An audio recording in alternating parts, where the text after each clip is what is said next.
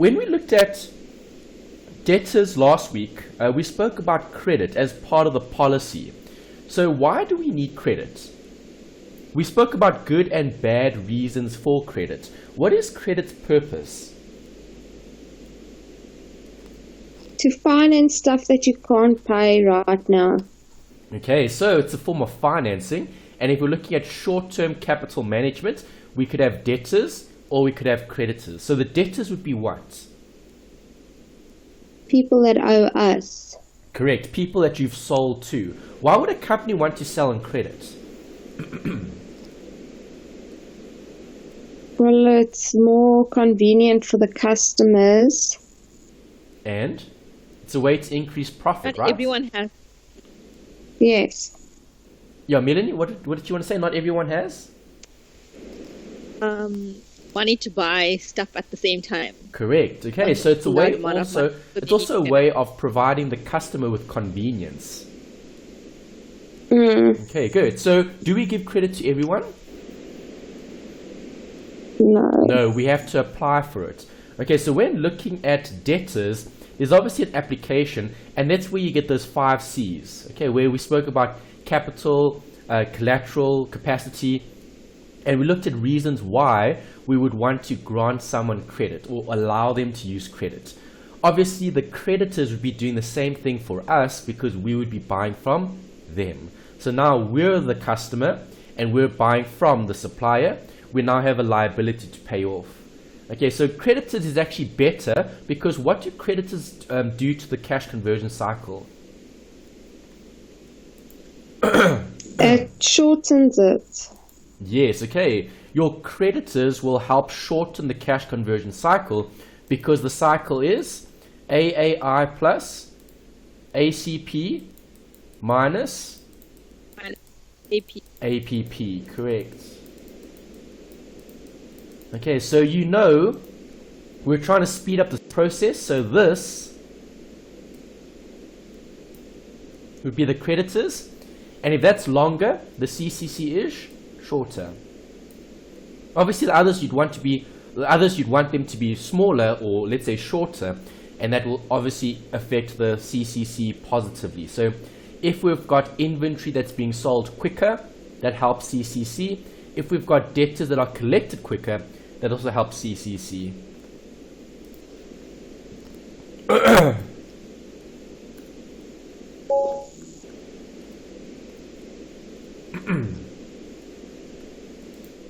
Okay, so coming back to what we looked at last week, we went through the chapter looking at study unit 6, and we spoke about the trade receivables, the receipts, and the disbursements. Now we're going to be looking at this whole notion of calculating the marginal investment in trade receivables. So what is this focusing on? When you're collecting your money. Your debtors. Okay, if you're investing in your debtors, what are you doing as a company? Financing them. Correct. You're financing their purchase because you're selling to them. So if I'm going to be changing or creating a credit policy, this credit policy is going to affect the amount of investment that we're going to have to make in our trade receivables. Because what did we say? We're financing them, we're financing their purchase. So who has the cash flow problem, the business or the customer? Customer. Correct, the No, customer. we do. Pardon? But that's going to make our cash flow worse as well. Yes, it affects our cash flow because you're investing in the customer. Okay, so the customer is the one getting the financing, right? You're the one offering it. So from a cash flow point of view, it's good for the customer, it's bad for the business. Yes. Okay, so the credit policy is going to determine this, the amount that we invest in our debtors. Because if you're going to be selling to them, you need inventory to sell, right? Yes. So this needs to be financed by your business. You're either going to need creditors to pay for that stock, or you're going to need cash to buy it. So your creditors either finance your stock or you finance it yourself, and once you've got the inventory, you can now sell it to the debtors. That's the marginal investment. Okay, so there are two workings here that we need to look at. The first is the average investment in trade receivables, and then the second is turnover of trade receivables. Turnover of trade receivables, you've actually seen it before because you've calculated turnover on inventory. Okay, remember inventory turnover and AAI, those two? Are they linked? Yes. Yes, they are. Okay, so you need the one to calculate the other. The average age of inventory was your 365 over your turnover ratio. Here, you're working out the turnover of the trade receivable. So, in other words, how quickly or how slowly are you going to be turning over, or let's say realizing those sales, okay, that you've made on credit. So the formula for that is 365 over the average collection period. Where do I get the average collection period? Do you remember what the equation is for that? Trade receivables over sales times 365. 365, yes. Okay, that gives you the trade receivables. So if I've got 365 divided by an amount with 365, you're actually removing the element of the days out. So you're taking the days out and you're getting a measure of turnover, which is like speed. Okay, so how quickly or how slowly do we sit with the debtors? Okay, inventory turnover is how quickly or how slowly we're sitting with the inventory. Does that make sense? Okay, so if I know what the turnover is, I'm then going to take it and I'm going to substitute it into there, into the turnover of the trade receivables, and I'll calculate the total VC, okay, variable costs of the annual sales. Right, why am I using variable costs and not fixed costs as well? Because it changes. It changes depending on your sales. Okay, so if I'm not selling, do I need to buy stock?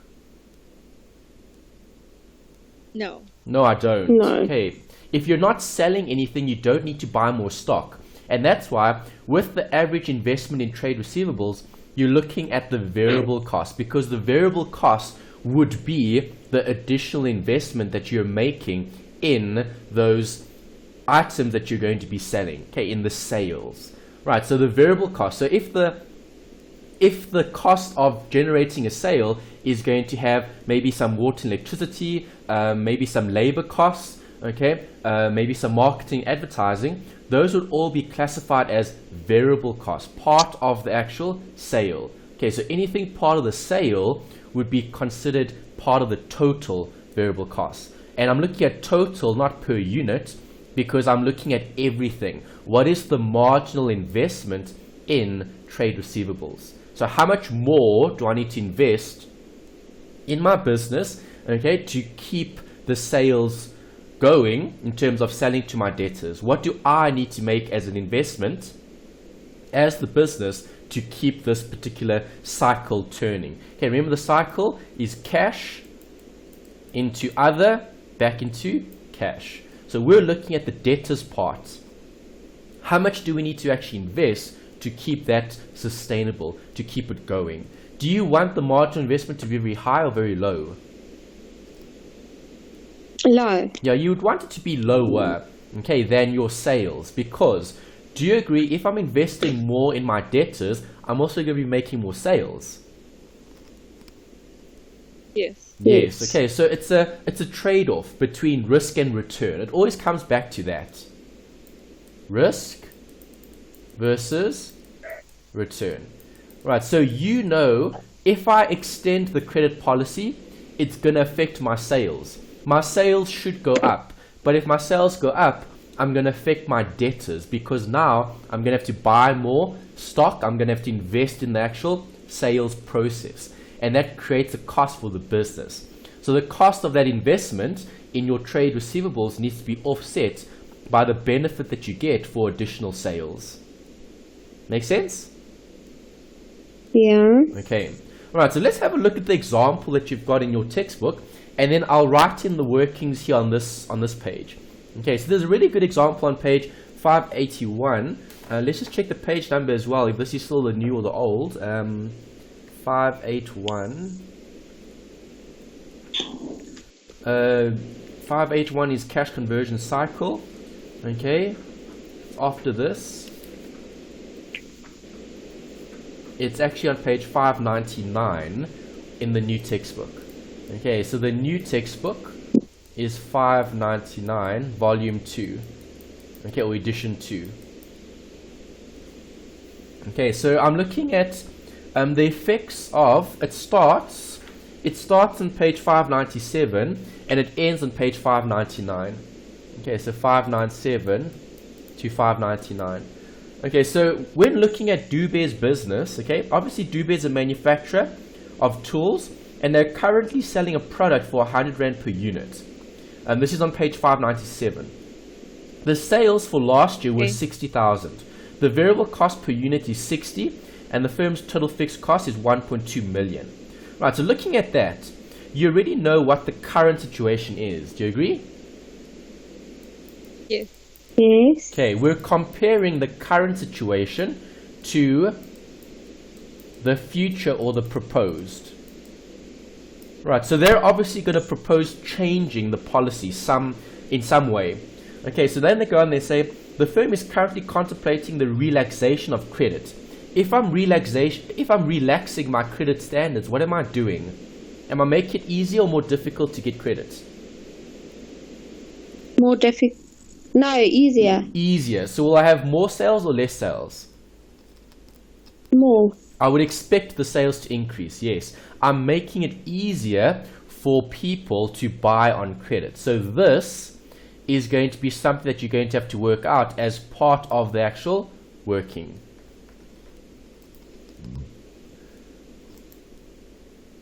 They say a 5% increase in unit sales to 63,000 units, an increase in the average collection period from 30 days to 45, and an increase in bad debt from 1% to 2%. Right, so notice there are three effects here. Okay, because let's think about the trade receivables. I know that I'm going to be selling more. If I sell more, my sales will go up. Have the sales gone up here? Yes, the sales have gone up by 3,000 units, from 60,000 to 63,000, right? They also expect the average collection period to rise from 30 to 60. Is that good or bad? Bad. That's bad. Okay, your cycle now is slightly longer than it was before. Your cycle before only had an ACP of 30 days. Now you've got an ACP of 45. Right, then they talk about the bad debt. Also bad. You don't want bad debt to rise, but it did. So from 1% of sales, it now rises to 2%. Okay, so notice there are two negatives and one positive. Obviously, your ACP is getting longer. Your bad debt is increasing by 1%. And you've got sales that have increased. Okay, so the question here that we need to ask is, do the sales make up for that investment in debtors and the bad debt that could potentially arise? Right, then they tell you that the firm's required return is obviously 15%. Okay, that's the cost of tying up funds in the trade receivables. And then they give us some additional information here regarding the actual profit. Okay, so they've given us the calculation. So if I'm looking at the marginal, what is the marginal? Marginal means the next, right? Marginal income, marginal benefit, marginal anything. Do you agree? Okay. Okay, so if I'm looking at the sales, do the sales go up? Yes. How many additional units do I sell? 3,000. 3,000 units. So 3,000 units times, what is the selling price? 100 Rand. 100, yes. And the variable cost was 60. So my profit would be 100 less 60, which is 40. So that gives me 120,000. Is that good or bad? Good. That's good. Okay, that's the increase in sales. Right, that's the marginal increase in sales. Okay, then we need to look at these equations, which is focusing on the average investment. Okay, so this is current, and then we've got proposed. So if I'm looking at the current situation, what was our current turnover on trade receivables? Well, we need to work out the ACP. Did we have the ACP? Yes, we did. Okay, so 365 over 30 gives us how much?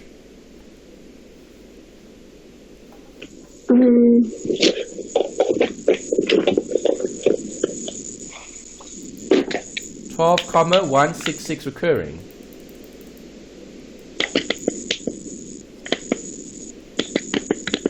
Yeah. Okay, once you've got this, I then put that in there. Okay, but for this, I need the total variable cost of the annual sales. So we saw currently, how much do I sell? 60,000 units. So 60,000 units, okay, that's too many zeros. 60,000 units times the variable cost of 12. 60 over the 12,166 recurring. Okay, and that gives us the average investment in trade receivables. Right, so what does that give us?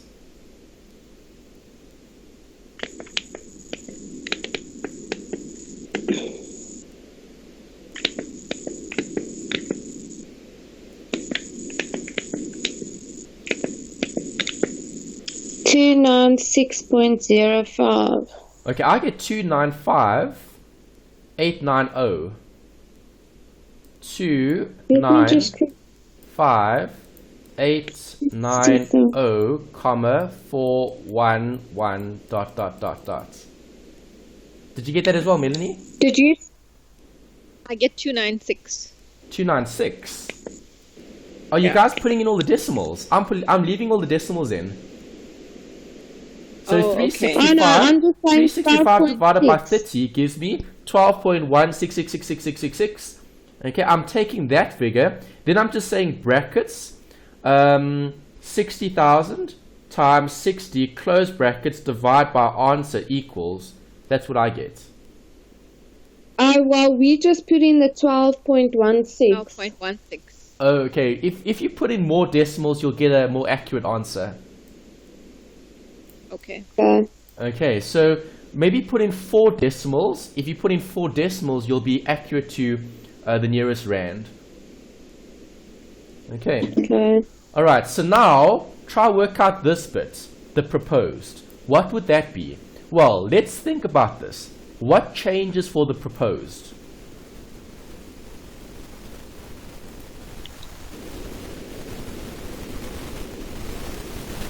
The ACP, right?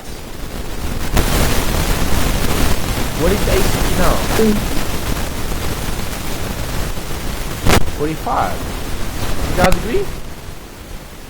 Yes. Okay, which is 8.11111111111. Okay, that's the ACP and the 365. So your turnover of trade receivables is 8.111, which I'm then going to put into there. Okay, what is my VC cost now? Well, how many units do I now sell? 3,000. An additional 3,000. Yes. Okay? And what does that give us?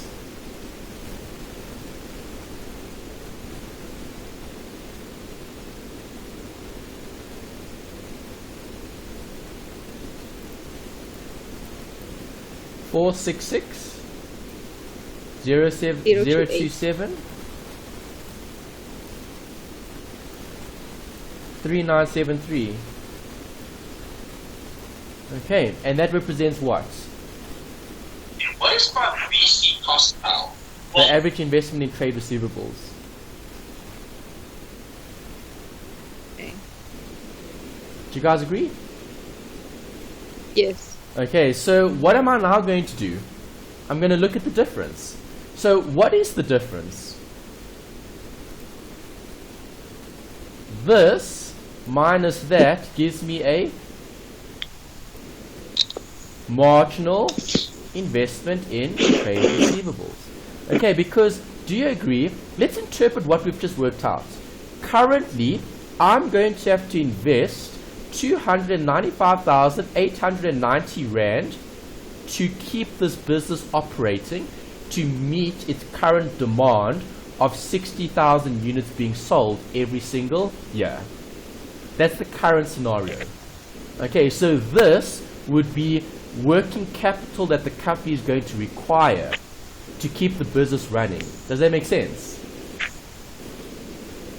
Yes. If the company chooses to relax their credit policy, what is that going to do to your sales? It's going to boost your sales. So if I boost my sales by 3,000 units, now how much do I need to invest in the company? And there's the answer. 466027. That's the amount that I'm now going to have to invest. Right, so do you agree the credit policy is going to affect the organization's operations? Okay, so before you give credit, Yes. you need to think very carefully about what is the impact going to be on my company. Right, so when you go to the store and you see their applications for credit, okay, do you think they did a calculation before giving people credit? Yes. Yes, they have to. They need to do some sort of working, okay, either a credit, let's say, application in terms of the quality of the customer.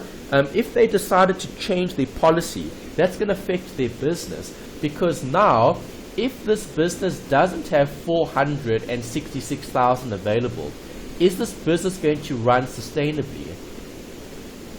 No. No. Okay, this business will come into a cash flow problem.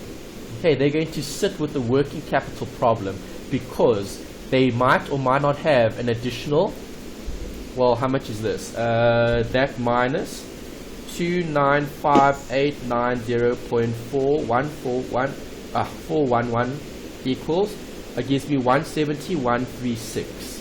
Okay, that's the difference. Okay, did you guys follow that? Yeah.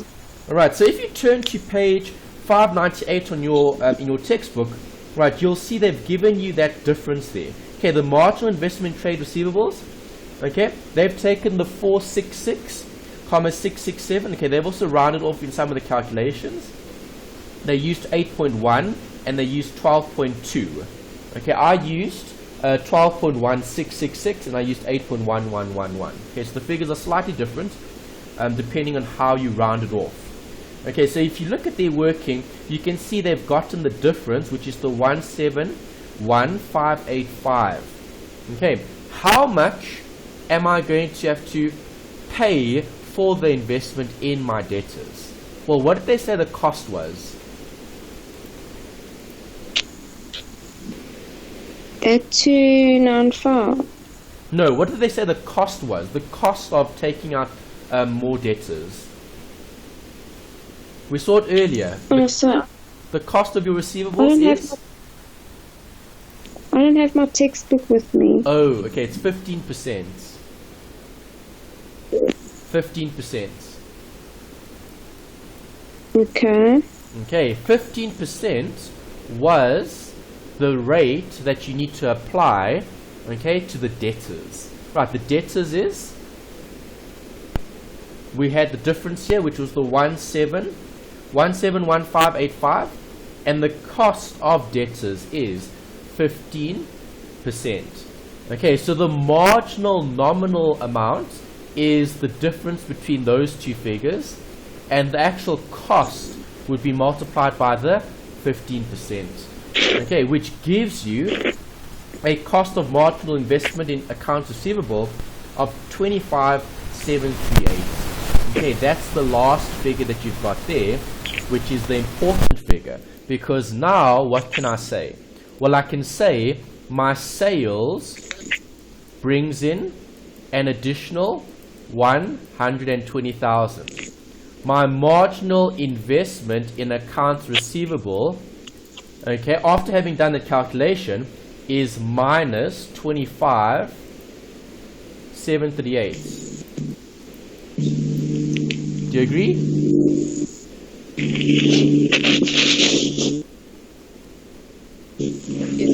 Okay, so this is the sales and this is the marginal investment.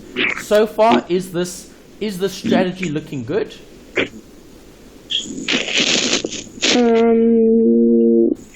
Yes. Yes. Okay, this strategy is looking good because your sales are a lot bigger than the marginal investment in the trade receivables. Okay, so based on that, we would say that this is a pretty good strategy to apply, okay, because it's going to boost sales and we're not going to have to invest that much in actually generating the sales. Right, but we still have the bad debt, do you agree? Yes. Okay, so the bad debt I think is on the next page. Okay, yeah, well we can use this page. Let's put in those figures. 120,000. Okay, and then we had the 25. What is it? 25738. Okay, and now we're looking at this, the cost of the bad debt. So, will I have more bad debt? Yes. Yes, I will. How much is the bad debt? Well, we need to determine that. If you think about this, how much bad debt do I currently have? 1%. 1%. Good. Okay, so I have 1% of my total sales. Well, my current sales are 60,000. Okay, if I times that by, what was the selling price? 100. 100 Rand, yes, thanks. Okay, and then I times it by 1%. Okay, so what is our current bad debt? Well, 60,000 times 100 divided by, not divide by, times 0.1 equals 60,000. Okay, that gives me 60,000 under the current situation. Okay, if I now give more credit, I'm then going to have to provide for bad debt of 2%. Do you agree? Yes. Okay, so let's change that to 63,000 equals 2%. Okay, gives you 126,000. Right, so looking at this, if I invest more, okay, in my accounts receivable, okay, so I'm going to invest more in stock, I'm going to buy more items, and I'm going to give more credit sales. It's going to boost the profit, but I'm going to end up with more bad debt. So if I'm looking at bad debt, how has the bad debt changed? Positively or negatively? Negatively. Negatively. Okay, there's an additional 126. Okay, so that one minus 60,000 gives me 66,000. Okay, there's an additional 66,000 that you're going to have to provide for in terms of additional bad debts. Okay, because now you're relaxing your credit policy. If you relax your credit policy, that's going to affect the debtors. Okay, the bad debt. Because now more people are getting credit, not everyone can afford to pay it back. Right, but even though we've increased the marginal debtors, bad debts, okay, by 1%, are we still net positive? Yes. Yes, we are. Okay, if we look at the difference here, and we take the 120 less the 25 less the 66, I'm going to get 28,262. Is that positive or negative?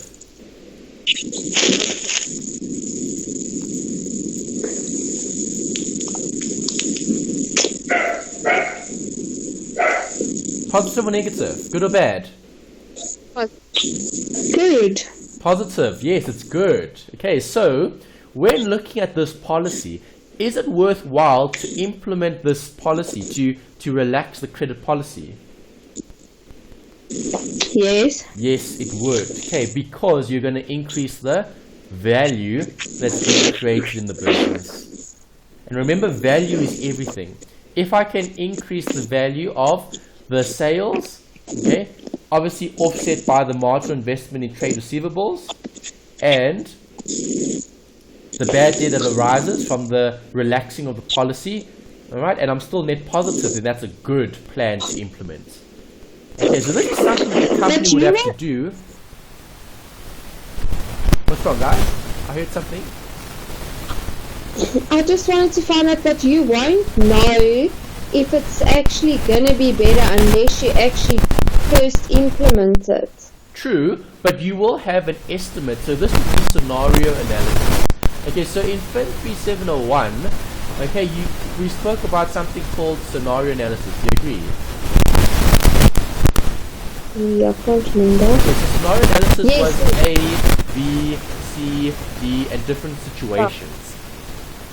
Okay, so yes, I agree with you. The company will never ever know what the effect would actually be. Do you agree? Do you agree? Yeah. Yes, so what they could do is they could look at different scenarios, right, where they could paint a picture. So scenario A is good, scenario B is not so good, scenario C is bad, and D is very bad.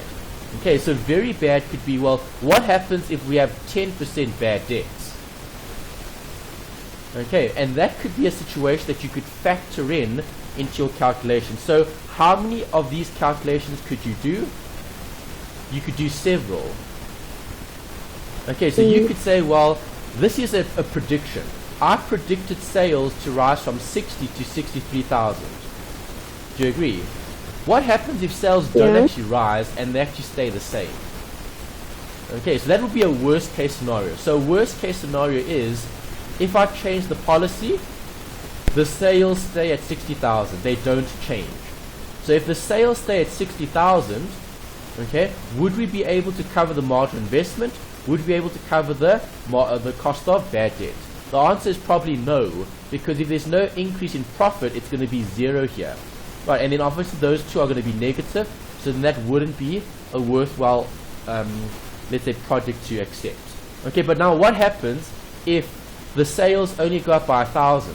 So from 60 to 61. Okay, what would the profit be? And then what would the bad debt be? Ooh, this one. What would that be? And what would that be? Okay, that would be a scenario analysis. Okay, but you don't do that in this module. Okay, they discussed scenario analysis in the previous module, but it's not something that they're going to give you here. They're just going to give you one scenario. They're going to say, well, this is what we currently have, and this is what is going to happen. Right, now you evaluate, is it going to be good or is it going to be bad? Okay, but in reality, you won't know. Okay, you'll never know unless you actually implement or change the policy. Right, so the best thing to do if you don't know is to have different scenarios. Okay, so then I'll have 4 separate calculations. And I'll say, well, if I do implement the policy, let's look at plus 1,000 extra units, plus 2,000 extra units, plus 3,000 extra units, plus 4,000 extra units. And then depending on what actually happens, we'll then say, well, that was either good or bad. Does that make sense? Yeah. Okay, Melanie? Yes, it does. Okay, you're also good. Okay, great. Alright, so those are all the amounts there. That was the long example. It's a really good example, and as I said last week, in your tests and your assignments, you normally see a question about this, where they talk about the change of. Alright, and you're only going to get one scenario, so you won't have to compare it against different scenarios. You just need to compare the current situation to what they're proposing. Then we've got a note here about international credit management. If we're looking at international businesses, is or what are the benefits and the disadvantages?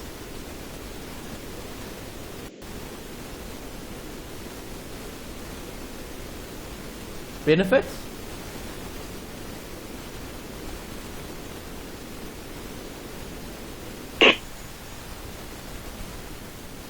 What would a benefit be?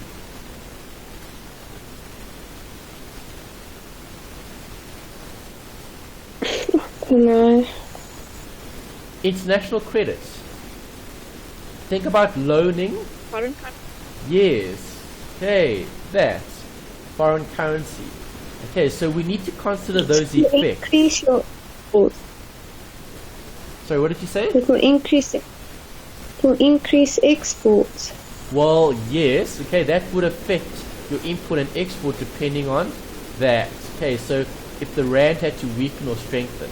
Right, so appreciation versus depreciation, which would be better?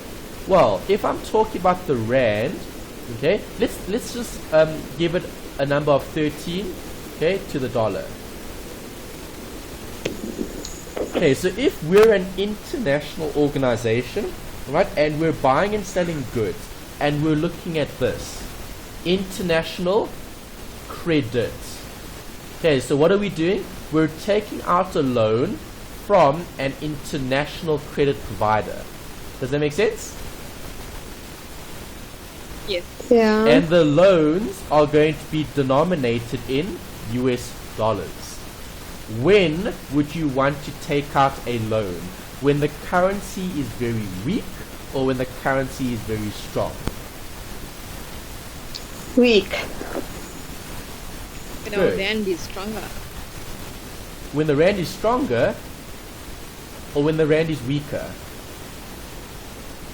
Okay, so Melody said stronger. Weaker, so we pay less. Tammy said weaker. Which one? Weaker. It's weaker because we pay less. Okay, so if we take out the loan, okay, remember we need to think about this in terms of dollars, not rands, okay, because we need to convert. Okay, so if I take out a loan, and let's say the loan is $1 million. Okay, so a $1 million loan is going to be how much million rand? Times 13 Yes. million. Okay, so if you had to loan at 13 rand to the dollar, okay, let's say that's the fixed currency rate that you could get. Okay, you would then have 13 million rand sitting as a liability. Do you guys agree? Yes. Okay, so Yes. now the question is, if this is an international loan, do you now want the currency to strengthen or to weaken?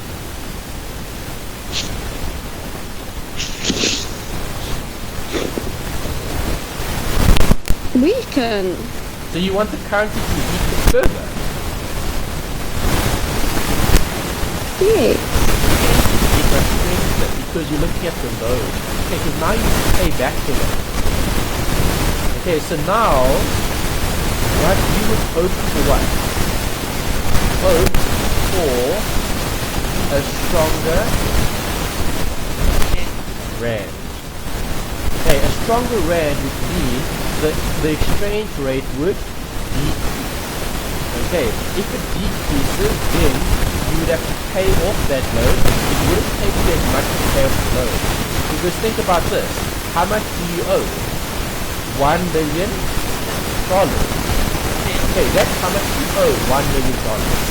Yes, the liability was 13 million rand. Okay, but we're not paying off the loan in rand terms. We're paying off the loan in dollar terms. Does that make sense? Okay, so if you've got $1 million to pay off, do you agree if you had a stronger rand, it would then be cheaper to buy dollars? So let's assume the rand did strengthen, and the rand strengthened to 10 rand, okay, to the US dollar. Right, if that's the case, how much do you now pay back in terms of rand? 10 million. 10 million. Right, so you've come out net positive of 3 million just because the rand is strengthened. Okay, because that's international credit. Okay, so international credit is more complicated because this is the very, very important factor to consider. The appreciation or depreciation of the currency. Okay, because remember, there's still going to be interest that's going to be applicable to the loan that's in US dollars. Okay, but you would definitely want the rand to strengthen, not weaken, because the strengthening of the rand would allow you to buy cheaper dollars to pay back the loan. Does that make sense? Yes. Okay, and if you want to give out loans, when would you want to give out loans?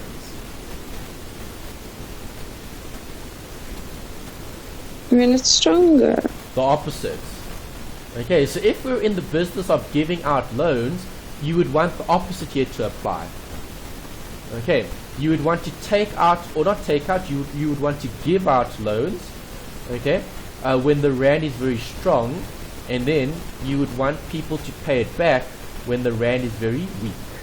Right, you'd want the opposite to occur. Does that make sense? Yes, but it's a bit confusing. Why? You have to think about it.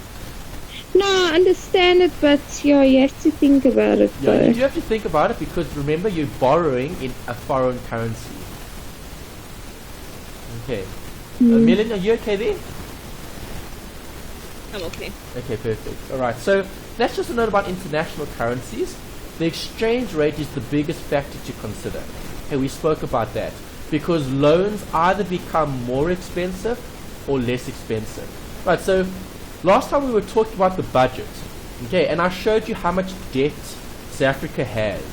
Okay, and I can't remember the exact figure. It was around 160 billion, somewhere around there. Okay, remember we looked at the budget, the breakdown?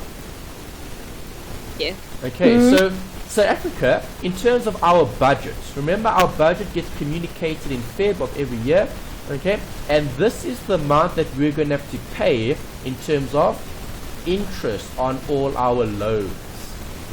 Obviously, we would want the currency to strengthen or weaken.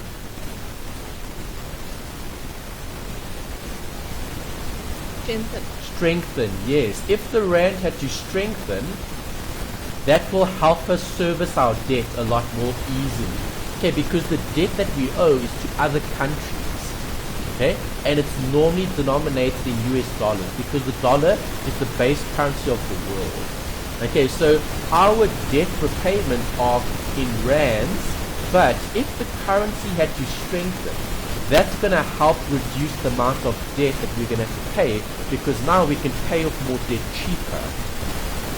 Okay, and that's what the Reserve Bank and the government also considered in terms of our currency rate. They try to keep the currency rate relatively stable, so you don't want big fluctuations in the currency rate.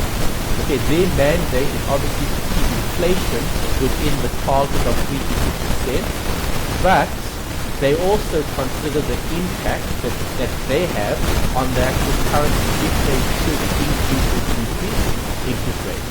Because if you increase interest rates, you're going to help strengthen the currency. If you lower interest rates, you'll weaken the currency. Okay, happy with that bit? Yeah. Great. Right, so now we need to look at this whole idea of the receipts.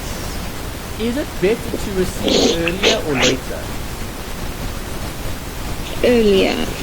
Always. So when offering credit, how can you incentivize early payment? Well, you can give a discount.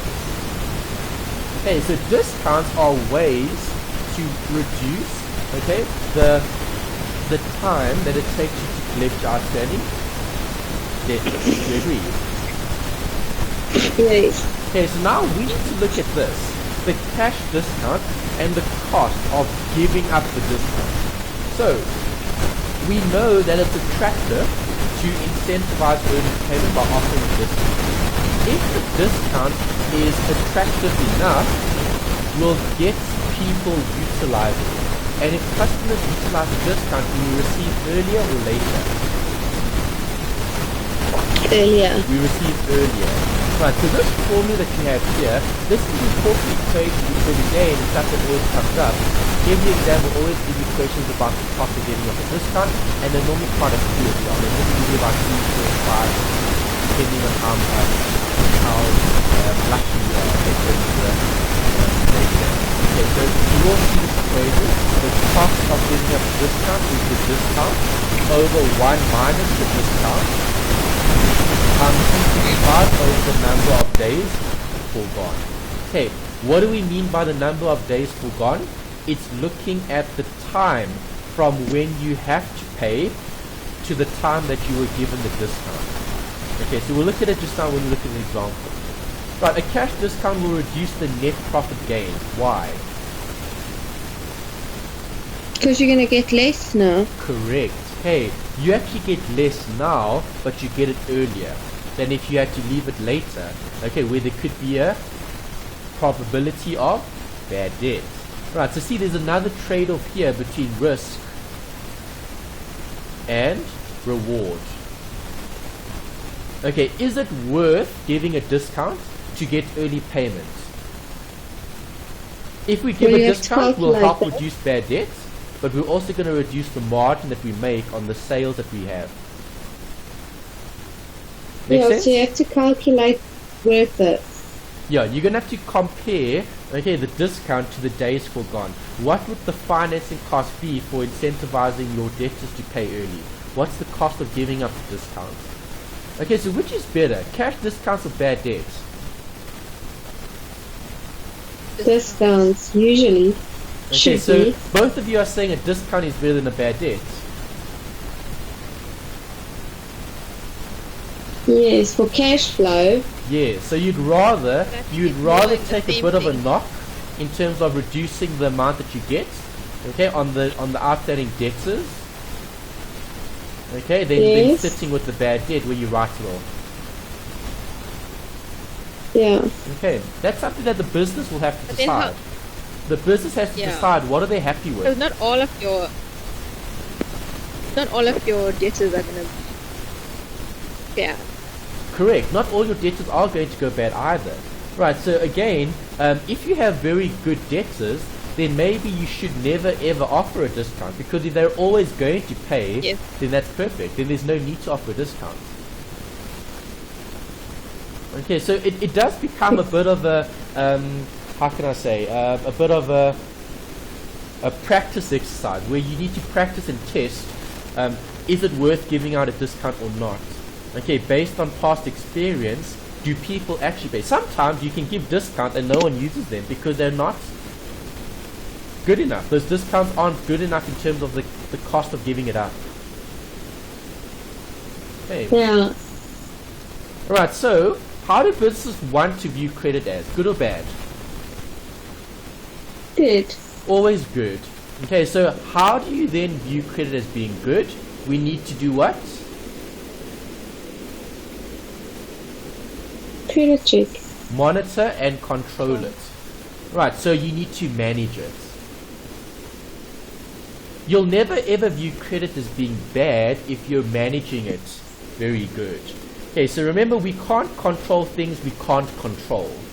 We need to control things that we have control over. So, can you control your credit periods? Yes. Well, in terms of the policy, yes you do. Okay, but you can't control your creditor's policy. You can only control your own policy.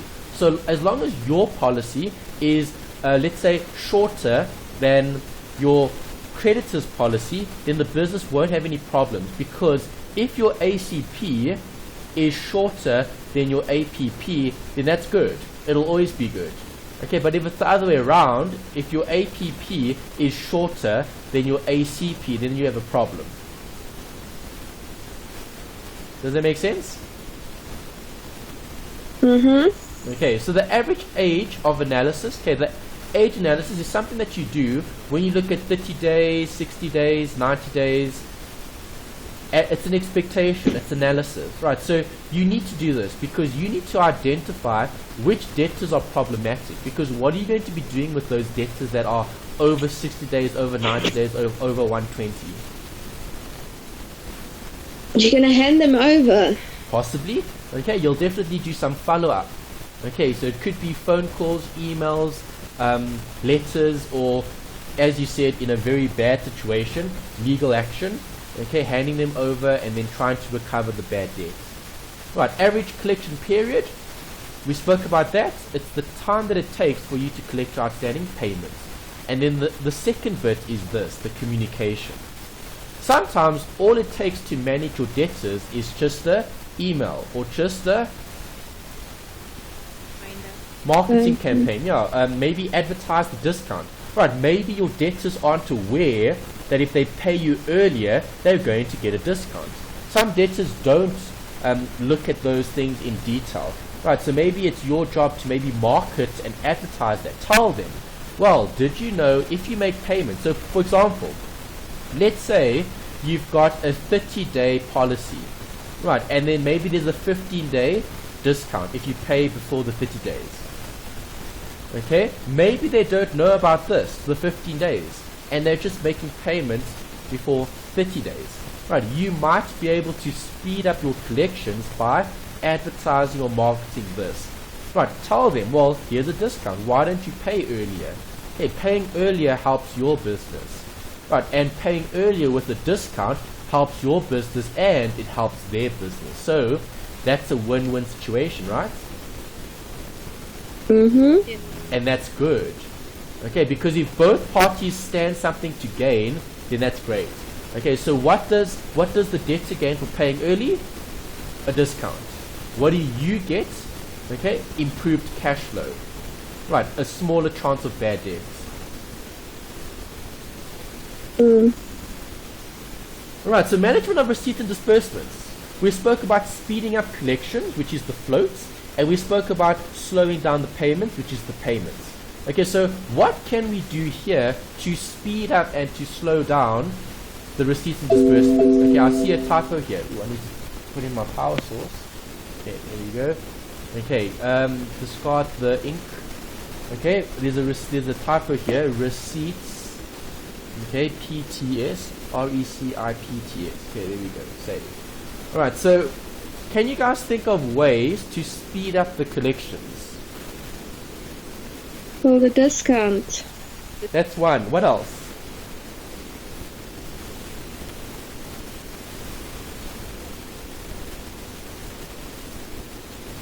Follow up. Good. Follow up. What else? And also people Okay, yeah? don't pay on time. You can tell them they get charged interest. Yes, okay. So charging interest could also be a way. So that's, remember, you can either incentivize early payment or you can penalize late payments. Okay, Can you so do that's both? another way of speeding up collections. Right, enforcing interest. Can you do both? Yes, you could. Okay, you could have a discount for early payment and interest charged on late payment. That's a possibility. Okay, does that speed up the collection? Yes. Yes. Yes, people wouldn't want to be charged interest. Correct, yeah. So there's two ways of looking at it.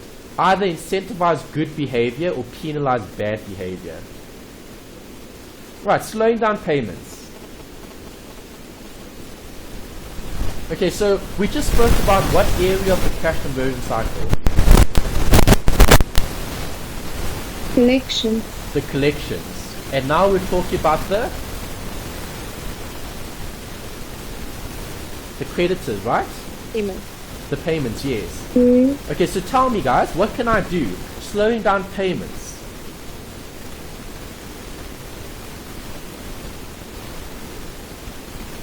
Well, you can ask your suppliers to increase your days, your policy days, whatever you call it. Okay, so yeah, negotiation. So managing those relationships with your creditors. What else? You buy on consignment. Okay, well, if I slow down payments, I'm not going to use a discount, right? So here you would say not using the cash discount. Okay, you're slowing down payments. So you'll only pay just before it's due. You're not going to use the discount that you might be receiving. Mm. Okay, so a slowing down of a payment is just what? Postponing it as much as you can. Yes. Okay, so payment methods and investing in short-term investments are also something that we need to consider, because some methods of payments are very quick, some methods of payment are very slow, okay, depending on what you're using to make payments. But obviously in today's world, everything is digital, so payments are quick, okay, and quicker than they were before. Right, and if we're investing in short-term investments, that's the way to do what? Maximize your working capital. And your working capital is the day-to-day cash flow that the business has. Right, so if you don't have cash, or let's say you do have cash, and the cash is sitting in a bank account, what could you do with that cash?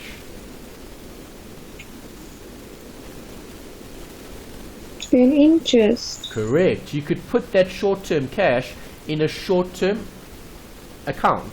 Okay, maybe money market, okay, or something similar that would be generating interest. Because the cash that you have on hand should also be still generating some sort of income, even though it's set aside for working capital. Yeah. Guys agree? Yes. Great.